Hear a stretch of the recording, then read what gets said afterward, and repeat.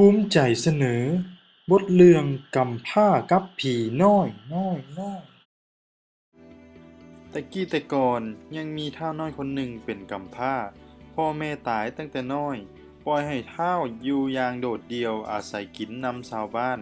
ย้อนว่าบ่มีพ่อแม่ชาวบ้านจึงเอิ้นติดปากกันว่าบักกำพร้า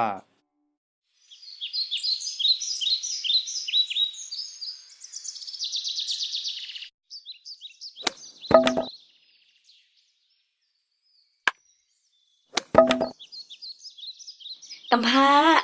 เอ้ามากินน้ำเด้อน้ำเจ้าเด้อนี่เด้อเอามากินมาเอาอันนี้ก็ห่อข้าวเจ้าเด้อขอบใจพอตกห้องกลางคืนกำพร้าก็ได้นอนอย่างโดดเดี่ยวเดียวดายเฮ้ยมื้อใดเด้สิมีให้มีนาเป็นของตัวเองจักเทื่อเนาะขอบใจเด้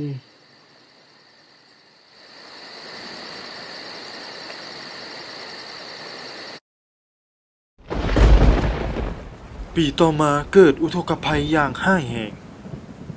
กำพร้าเอ้ยมื้อนี้มานี่ก็บ่มีหยังหลายมึงก็ทรงสิฮู้เนาะว่าเดี๋ยวนี้ภัยน้ำท่วมภัยอึดหิวมันหลายกูหันประชาชนบ้านเมืองก็บ่มีข้าวมีน้ำมึงกินคือเก่าอยากให้มึงไปเฮ็ดป่าทางไงมันมีนาทงหนึงพู้นแหละอยู่แคมป์ดงแคมป์ป่าเดี๋ยวมึงไปสร้างซาเอามื้อต่อมาหมู่ที่เคยลิ้นน้ำกันก็ได้ออกมาช่วยกำพร้าก็มาคือโดนแท้ โอ้ยใกล้สิฮอดแล้วเจ้าย่าน่ะมันคำก่อนนะไปเอาเกี่ยวไปแล้วเจอบ่แล้วเด้อ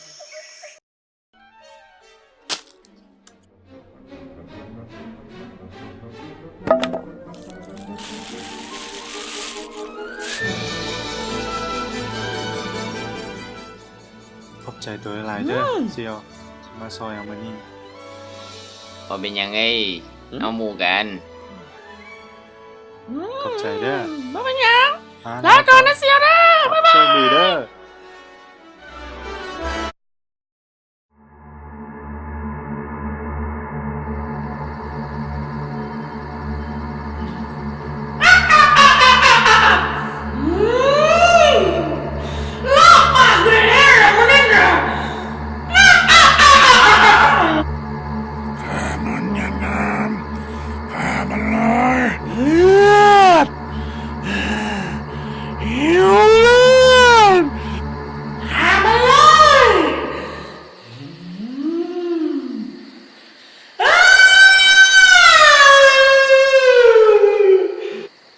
หยุดเดี๋ยวนี้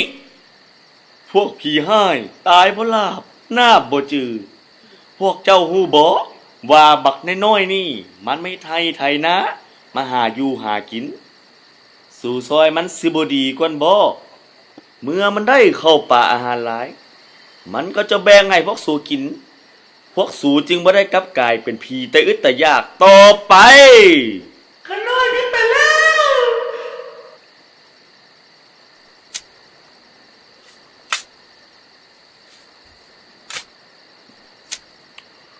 เขียวเอ็ดมันสิแจ้งแล้ว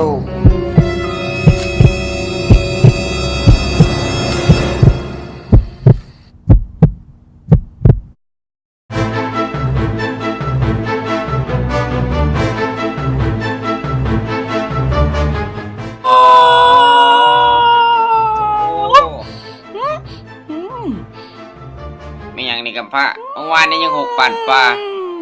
เป็นตัวไปเฮ็ดจังได๋คือมาแล้วไวเด้กะพี่ป้าพี่ดงแถวนี้แหละออกมาซอยเฮาขุดถางเมื่อคืนนี้เอ้ยคนดาวลูก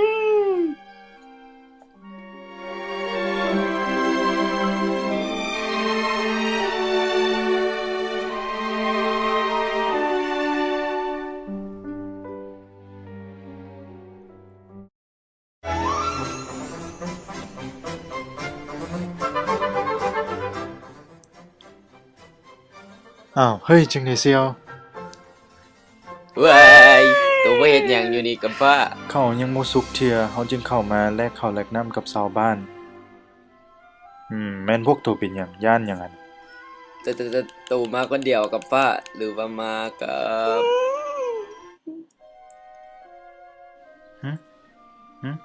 เฮาก็มาคนเดียวตัวตัวคิดว่าเฮามากับไผซั่น บ่มีหยังตู่มีเบียกตัวไปไหม ซันเฮาไปก่อนเด้อเฮ้ย มันบ่มีดอก ไปเกี่ยวไปมันบ่มีไปบักนี่ เอ้าไม่แต่คำแห่งนี้ได้อกำพร้าเด้อมันขาดแค่หลายอย่าง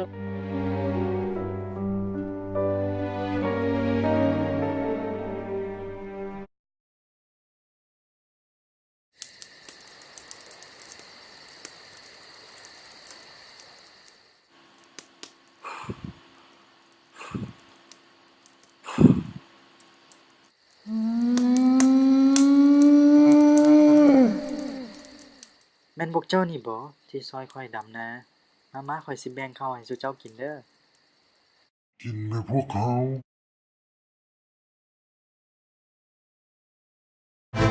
ในเวลาว่างกำพร้าได้ใส่เพื่อหาปลาเฮ้ยแดดร้อนเมื่อยแท้เด้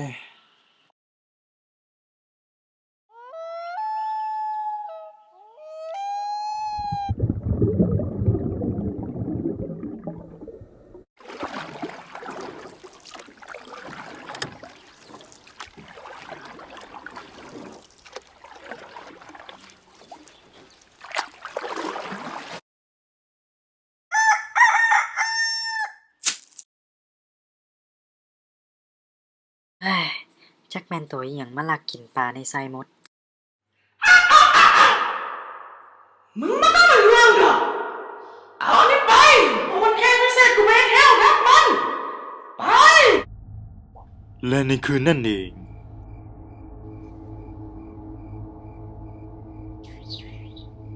เอ้ยอย่างวะเอ้ยอาซอยก่อยแน่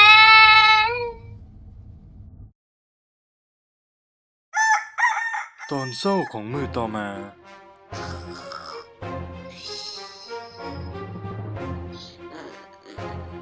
เฮ้ย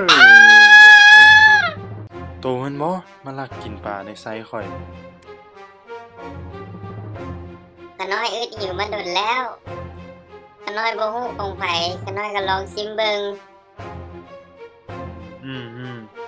ฉันกลับไปอยู่น้ำเฮาเถอะ ตอนเศร้าของมือหนึ่ง ไอ้กำพ่อ เมียงพี่น้อย เซสร้าง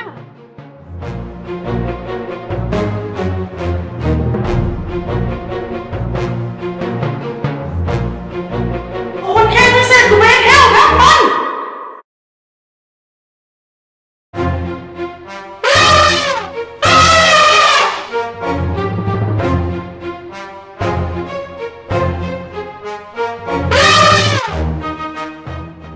ฮะ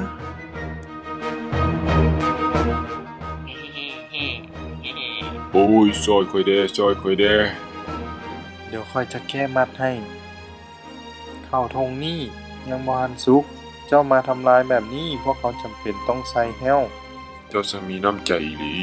เขาจะตอบแทนบุญคุณเจ้าด้วยงานนี้ให้เจ้าเอางานนี้หุ่นหมอนนอนทุกคืนเด้อ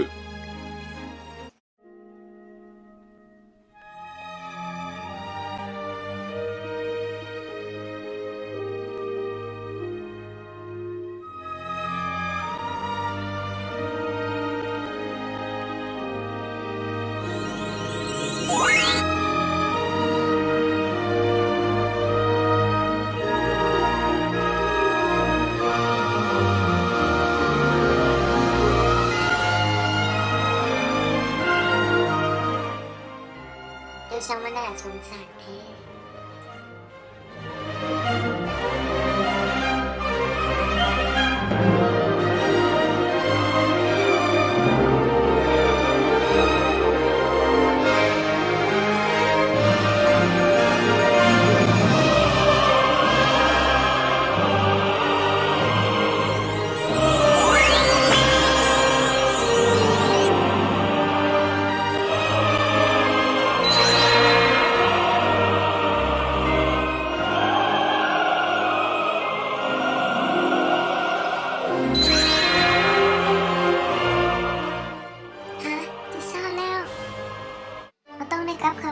คืนแล้ว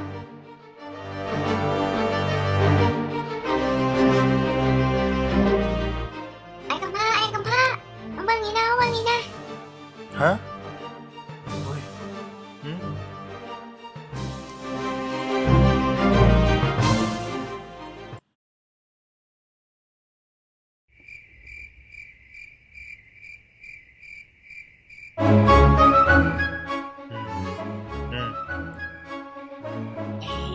อืม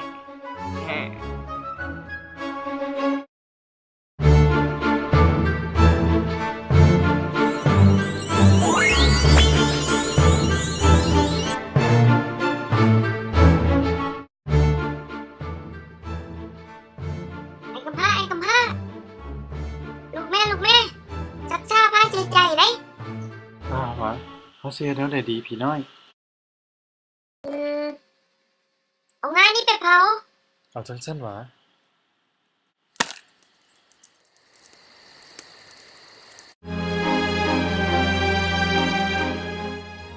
เนาะไอ้กำพร้าเราไปใส่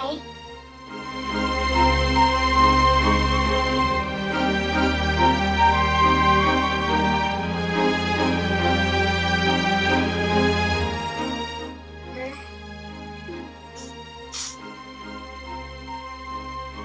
มาอยู่กับพวกอ้ายเอาเนาะนาง